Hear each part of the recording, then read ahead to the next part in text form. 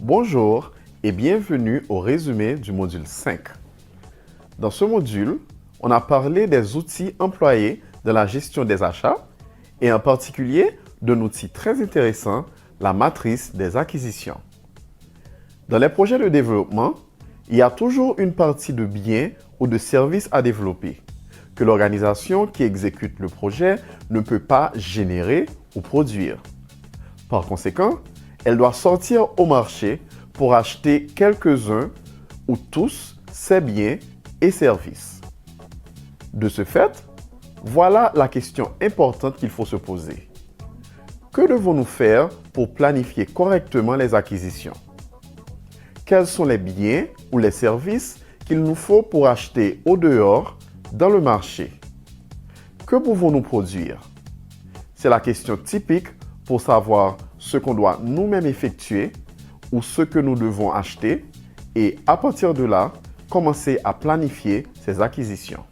Un autre aspect intéressant est que dans le secteur public, et on le sait bien, toutes les procédures d'acquisition sont très réglementées, ce qui les rend plus complexes et avec des temps d'exécution plus longs. Nous devrons en prendre compte au moment de faire la planification. Il n'est pas de trop de mentionner que les acquisitions sont une source potentielle de risque d'utilisation indue de ressources. C'est la raison pour laquelle il faut prendre des précautions dans les processus de planification et de gestion des acquisitions. Les processus, en général, sont complexes, ont des risques et sont longs. Alors, on doit utiliser un document qui nous permet de simplifier le processus. De là, l'utilité de la matrice des acquisitions. La matrice des acquisitions est un document qui concentre toute l'information sur les acquisitions à faire dans un projet. Elle résulte d'un effort pour générer un mécanisme transparent, ouvert, qui permet de garder la communication et la collaboration de tous les membres de l'équipe, aussi bien et des départements des acquisitions et des achats des organismes publics avec lesquels on travaille. En ce moment, vous voyez sur l'écran une matrice des acquisitions, la même qu'on a étudiée durant le module, et cela vaut la peine de réviser rapidement les éléments typiques qu'elle contient. Le premier champ et le plus important est la liste des biens et des services qu'il faut acquérir en dehors de l'organisation. Et, attention, cette liste des biens et des services ne peut pas être générée comme si elle était indépendante du plan du projet. Il faut toujours prendre en compte cet aspect. Elle doit être le résultat direct de la SDT. Il faut une coïncidence entre la SDT qui a généré le projet et la liste des biens et des services. On pourrait même, pour cela, utiliser le système de numérotation fourni par la SDT. La SDT doit générer la liste des biens et des services qu'on va utiliser dans cette matrice des acquisitions. Le deuxième point, ce sont les différents systèmes d'acquisition qu'on va utiliser. On peut utiliser soit une adjudication directe, soit un concours par invitation restreinte, soit un appel d'offres public national ou même un appel d'offres public international.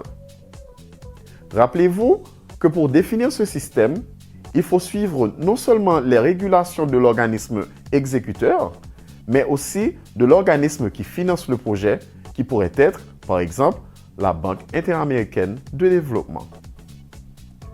Troisième point, justement, en rapport au précédent, il faut assigner les pourcentages des sources de financement. Quatrième point à prendre en compte, calculer les coûts. C'est évident que pour le calcul de ce budget, il faut suivre les recommandations dont on a parlé dans le module précédent lorsqu'on a parlé de la gestion des coûts. Et les trois autres champs font référence aux dates. Premièrement, la date de publication de l'appel d'offres. Deuxièmement, la date d'assignation et la signature de contrat. Et en dernier, la date d'achèvement des services ou de la remise des biens. Rappelez-vous que ces dates doivent coïncider avec ce qui est dans votre chronogramme ou votre plan de travail. La matrice des acquisitions est le point de base à partir duquel on peut prendre des décisions. Voilà le pourquoi de son importance. Je profite pour vous inviter à l'appliquer dans tous les projets où vous travaillez actuellement. Faites une matrice des acquisitions et voyez les bénéfices qu'elle vous apporte. C'est une invitation à vous encourager pour que le directeur du projet et son équipe ne délèguent pas totalement les processus d'acquisition et des achats. Ce n'est pas une responsabilité exclusive du département des achats des organismes où vous travaillez, c'est une responsabilité conjointe, d'où l'importance de travailler en collaboration.